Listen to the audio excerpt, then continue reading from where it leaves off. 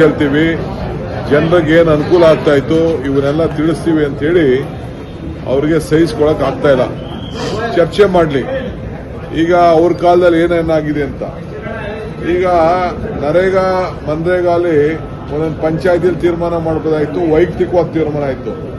ಅವರು ಹೇಳಿ ಈಗ ಎಷ್ಟು ದಲಿತ ಕಟ್ಟಿಗೆ ಕೊಟ್ಟಿರ್ಬೋದು, ಎಷ್ಟು ಜಮೀನು ಮಟ್ಟ ಮಾಡ್ಬೋದು, ಯಾರ ಜಮೀನು ಮಟ್ಟ ಮಾಡ್ಬೋದು.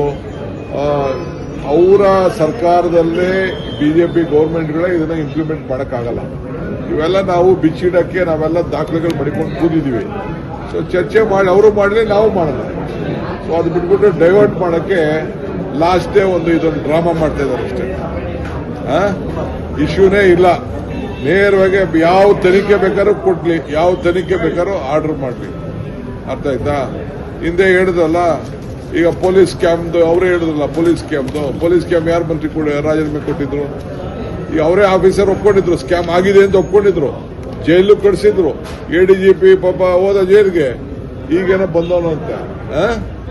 ಸೊ ಹಂಗೆ ಇದೆಲ್ಲ ಬರೀ ಏನೋ ಒಬ್ಬ ದಲಿತನ ತೊಂದರೆ ಮಾಡಬೇಕು ಅಂತೇಳಿ ಇವತ್ತು ಮಾಡ್ತಾ ಇದ್ದಾರೆ. ಮೆಟ್ರೋ ನಮ್ಮ ಕೈಲಿಲ್ಲಪ್ಪ, ಅದ್ರ ಕಮಿಟಿ ಇದೆ, ಕಮಿಟಿಯವ್ರು ಏನ್ ತೀರ್ಮಾನ ಮಾಡ್ತಾರೋ ಅವ್ರು ಮಾಡ್ಕೊಳ್ತಾರೆ.